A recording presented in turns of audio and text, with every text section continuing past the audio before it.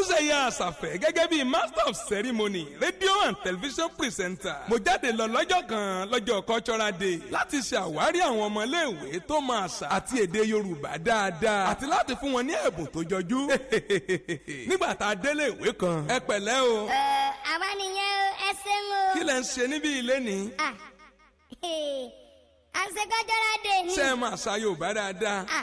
Lágbára Ọlọ́run a máa ṣa Yorùbá. Ó dáa, ta ni baba ńlá Yorùbá? Baba ńlá Yorùbá. Baba ńlá Yorùbá. Ọbásanjọ́. Ọbásanjọ́.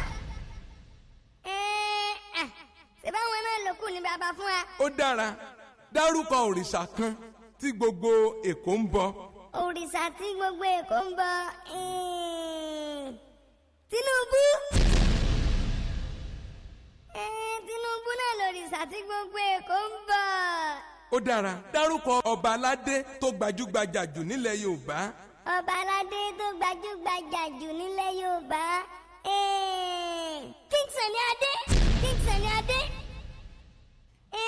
King Sunny Adé ni ìbáyìí náà máa ń gbọ́ pé mo dá adé ńlá, mo wẹ̀wù oyè, mo wọ bàtà ìlẹ̀kẹ̀, mo di kábíyèsí láàfin wọn. Ẹni bá fẹ́ joyè bí mi á wálẹ̀ tó pọ̀, àtọkọ́ àtàdá awakọ̀ bèbí ẹlẹ́gbẹ̀rún méje ẹgbẹ́ ìsúkọ́ nìyẹn.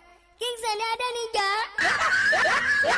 Ṣé bó ṣe rí lọmọ yìí ṣe sọ àti pé irú ẹ̀bùn wo lẹ rò pa lè fún? Okay, on behalf of Olúṣèyí Àṣàfẹ́ Bàbá Yorùbá Media TV, we hereby announce you as the new governor of Lagos State.